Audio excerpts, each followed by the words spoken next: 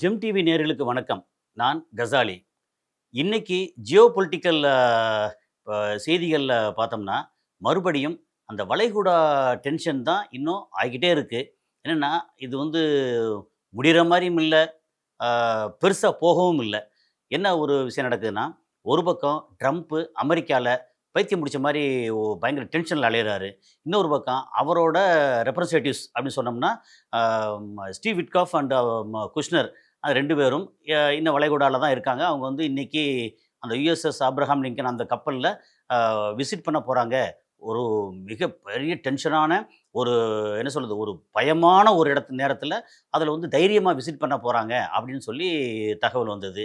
இப்ப எதுக்கு தைரியமா அப்படின்னு சொல்லியாச்சுன்னா, ஒருவேள அவங்க வந்து விசிட் பண்ணும்போது, அந்த யுஎஸ்எஸ் ஆபிரகாம் கப்பல வந்து ஏதாவது ஒரு ராக்கெட் வந்து தாக்கி, அவங்கள வந்து சொல்லி முடிச்சு, அத பேஸ் பண்ணி ஈரான பூரா அடிச்சு, மத்த நாடுகள பூரா அடிச்சு, அப்புறம் ஈரான் அடிக்க போகும்போது அது ம இஸ்ரேல அடிச்சு, இஸ்ரேல் அந்த பக்கம் எல்லாத்தையும் போட்டு கடைசில வந்து மொத்த ஏரியா வந்து கொத்துக்கறி போட்டு டோட்டலா மிடில் ஈஸ்ட்டே வந்து சோலி முடிக்கிற நிலைமை வந்தாலும் வரலாம். அதுல யுஎஸ்எஸ் ஆபிரகாம் அதுல யாரு போனாலும் இப்போ உள்ள சூழல்ல ஈரான் அவங்க தன்னோட ஆயுதங்கள பிரயோகப்படுத்த மாட்டாங்க அப்படிங்கிறது தான் எல்லாருக்கும் தெரிஞ்ச விஷயம். ஆனா, அந்த அமெரிக்கா, இஸ்ரேல் மாரி வந்து குள்ளநரிகள் என்ன செய்வாங்க, ஒருவேளை இவங்கள வந்து பணிய வைக்கணும், இந்த இடத்துல வந்து மொத்தத்துக்கு சோலி முடிக்கணும், பிரச்சனை வரணும் அப்படின்னு நினைச்சிட்டாங்கன்னா, ஆ இவரு ஸ்டீவ் விட்காஃபையும், குல்சனையும் வந்து அங்க ஆ கப்பல்ல வந்து ஏத்தி விட்டு, இவங்களே எங்கிருந்தாவது வந்து ஒரு ராக்கெட்ட செலுத்தி விட்டு, அதில அடிச்சுட்டாங்க. ஒரு ஆள் வந்து ஒண்ணும் ஆகல, உயிருக்கு ஒண்ணும் ஆகல. ஆனா கப்பல அடிச்சுட்டாங்க அப்படின்னு சொல்லி, இத பேஸ் பண்ணி இந்த பக்கம் சண்டை ஆரம்பிச்சாலும் ஆரம்பிக்கலாம். அதுக்காகத்தான் கடந்த 2, 3 நாளா இஸ்ரேல்ல எல்லா ஆயுதங்களையும் எல்லாத்தையும் ரொம்ப தயார் நிலையில வச்சுக்கிட்டு இருந்தாங்க. அதுக்கு ஒருவேளை இந்த மாரி ஏதாவது காரணம் சொல்லி ஏன்னா அவைங்க வந்து எப்ப என்ன பண்ணுவாங்கன்னு யாருக்குமே சொல்ல முடியாது. அதுவும் ரொம்ப முக்கியமா இஸ்ரேல் என்ற குள்ளநரி என்ன செய்வாய்ங்க, அடுத்து ஒரு 15 வருஷம் கழிச்சு ஏதாவது பிடிக்கணும் அப்படின்னா, இப்பவே வந்து வேலைய ஆரம்பிப்பாய்ங்க. அவங்களோட திட்டமெல்லாம் பார்த்தீங்கன்னா, ரொம்ப லாங் அ திட்டங்களா இருக்கும். என்னன்னா, அதுக்கு உதாரணம் ஏற்கனவே நம்ம வந்து முன்னாடி பேசியிருக்கோம். நினைவூட்டலுக்காக ஒண்ணு பேசிருவோம். லெபனான்ல அ ஹிஸ்புல்லாவோட பயங்கரமான சண்டை நடந்துகிட்டு இருக்கும்போது, அப்ப என்ன பண்ணாங்கன்னா, அவங்களோட கம்யூனிகேஷன் மொபைல் ஃபோன் வந்து வேண்டான்னு சொல்லி. ஏன்னா, அதில ஏதாவது வந்து என்கிரிப்ஷன தாண்டி அதாவது ம வ விஷயங்கள் திருட்டு போயிரும் அப்படிங்கிறதுக்காக, அவங்களுக்கு பெர்சனலாவே பேஜர் யூஸ் பண்ணிட்டு இருந்தாங்க. அந்த பேஜர் வெடிச்சது பாருங்க. 2500 பேஜருக்கு மேல வெடிச்சு, கிட்டத்தட்ட 500 ஹிஸ்புல்லா சம்மந்தப்பட்டவங்க, அவங்க சின்ன லெவல்ல இருக்கட்டும், பெரிய லெவல்ல இருக்கட்டும், மீடியம் லெவல்ல எந்த லெவல்ல இருந்தாலும், 500 பேருக்கு மேல அவுட் ஆகி, அப்புறம் கிட்டத்தட்ட 2000 பேரு பக்கம் வயிறு வெடிச்சு குடல் வந்து ஏன்னா, அதில ஒரு பேஜர்லயும் சின்ன சின்னதா வந்து குண்டு வச்சிருந்தாய்ங்க.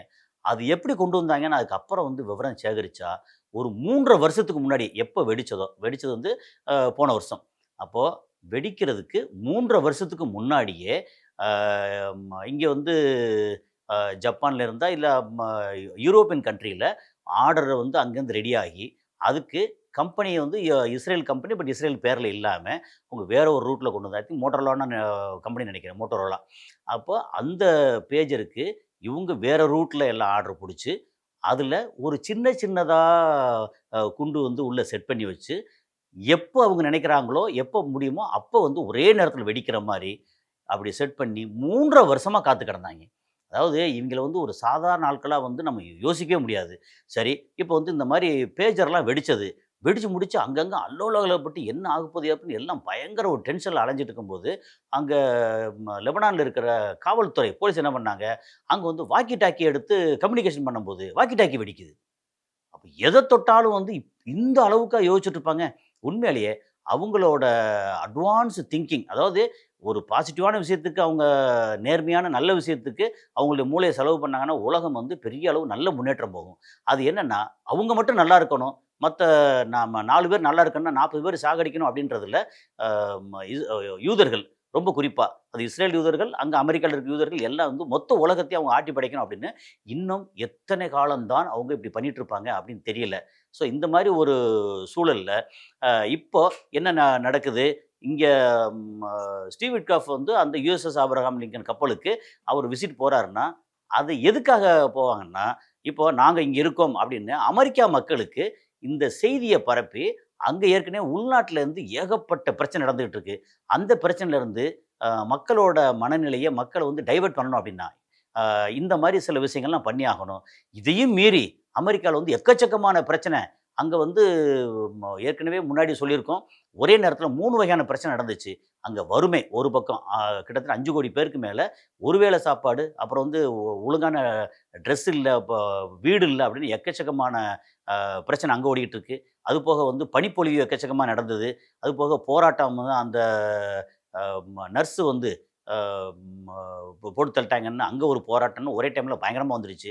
இப்ப அத தாண்டி வந்ததுக்கப்புறம், இன்னும் அது வந்து இன்னும் புகஞ்சுகிட்டே இருக்கு. பிரச்சனை ஓடிக்கிட்டே இருக்கு. அதுலேருந்து டைவர்ட் பண்றதா இருந்தா, இப்படி ஏதாவது பண்ணணும் அப்படிங்கிறதுக்காக, இந்த மாரி பேச்சுவார்த்தை பண்றோம். ஈரானோட வந்து ஈரான மிரட்டுறோம். ஈரானோட பேச்சுவார்த்தை பண்றோம் அப்படின்னு எல்லா வேலையும் பண்ணாங்க. பேச்சுவார்த்தை வந்து தோல்வி. அடுத்த கட்டத்தில திரும்ப இன்னொரு ரவுண்ட் வந்து பேச்சுவார்த்தை வரலாம். ஏன்னா, ஈரானும் ரொம்ப பிடிவாதமா நிக்கிற அளவுக்கு ஈரானும் பெரிய வளமால இல்ல. ஈரானும் வறுமையில இருக்கு. அப்போ அவங்களுக்கு தங்களோட அ ஆயுத குறைப்பு அல்லது அந்த ஆயுதத்தோட தூரம் இதெல்லாம் குறைச்சு பண்றதுக்கு அவங்க தயாரா இல்ல. அதே நேரத்தில அமெரிக்காவோட டிமாண்டு. ஏன்னா உலகத்த வந்து கட்டி ஆள்றது அமெரிக்கா அப்படின்னு அமெரிக்க நெனப்பு. அது இன்னும் சில வருடங்கள் மட்டும் தான். அப்ப அதுவரைக்கும் அமெரிக்கா சொல்றத சரின்னு சொல்லி கேட்கறதுக்கு தயாரா இருக்காங்க அப்படின்னு சொல்லியாச்சு அப்படின்னா, ஆ அதுவரைக்கும் பேச்சுவார்த்தை அடுத்து நடக்கும். ஆனா விட்டுக் குடுக்குற இடத்துல இல்ல. இவங்க வந்து அமெரிக்கா என்ன நெனச்சுட்டாங்க, வெனிசுலாவ போட்டு படார்ன்னு தூக்கி ம ம மதுரோவ தூங்கிட்டு இருக்கும்போது தூக்கிட்டு போயிட்டோம்.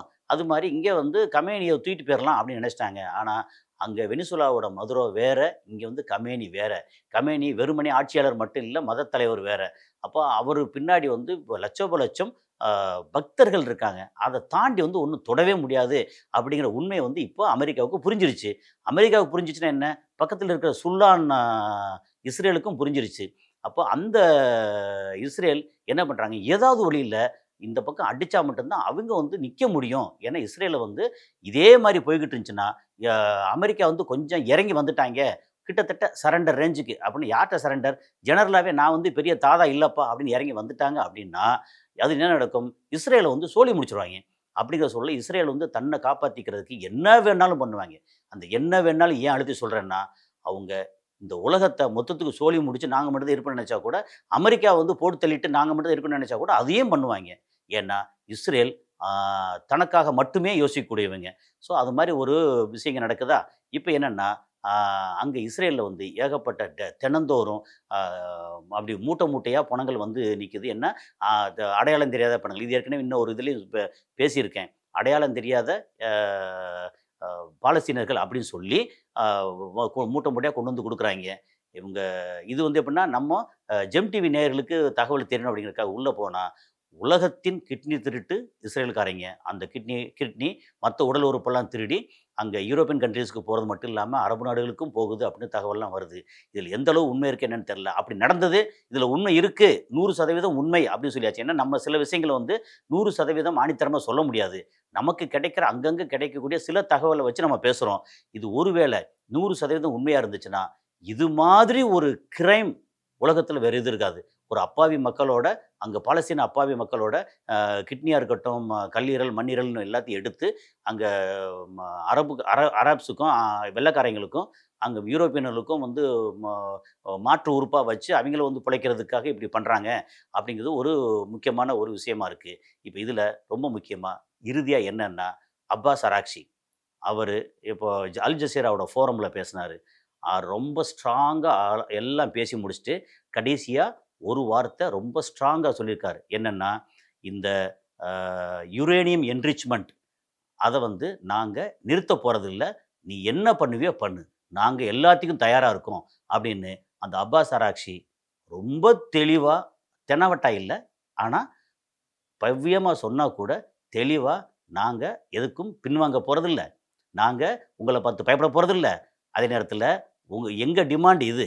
ஏற்கனவே அத பத்தி ஃபுல்லா பேசியிருக்கோம். அந்த பழைய காணொளி பார்த்தா உங்களுக்கு தெரியும். எங்க டிமாண்டுக்கு நீங்க ஒத்துக்குங்க. உங்க டிமாண்டுக்கு நாங்க ஒத்துக்கர்றோம். அதையும் மீறி எங்கள வந்து துப்பாக்கி முனையில பயமுறுத்தி பணிய வைக்கணும்னு நினைச்சீங்கன்னா, அது நடக்கவே நடக்காது. எங்களோட என்ரிச்மென்ட்ட நிறுத்தப் போறது இல்ல. நாங்க பண்ணிட்டே தான் இருப்போம். நீங்க வந்து நட்டான்ஸ், ஃபர்டோ அண்டு இஸ்ஃபஹான் இந்த 3 இடத்துலயும் அடிக்கிறதுக்கு அடிச்சு தரைமட்டமாக்கணும் அப்படின்னு சொல்லி இஸ்ரேல் வந்து பிளான் பண்ணிட்டு இருக்கதா நேத்து முந்தானத்துல பேசிட்டு இருந்தோம். அது வரட்டும். வந்தா அவன் இஸ்ஃபஹான தரைமட்டமாக்குனா மொத்த இஸ்ரேலையும் தரைமட்டமாக்கிருவோம் அப்படின்ற இடத்துல ரொம்ப ஸ்ட்ராங்கா இருக்காங்க.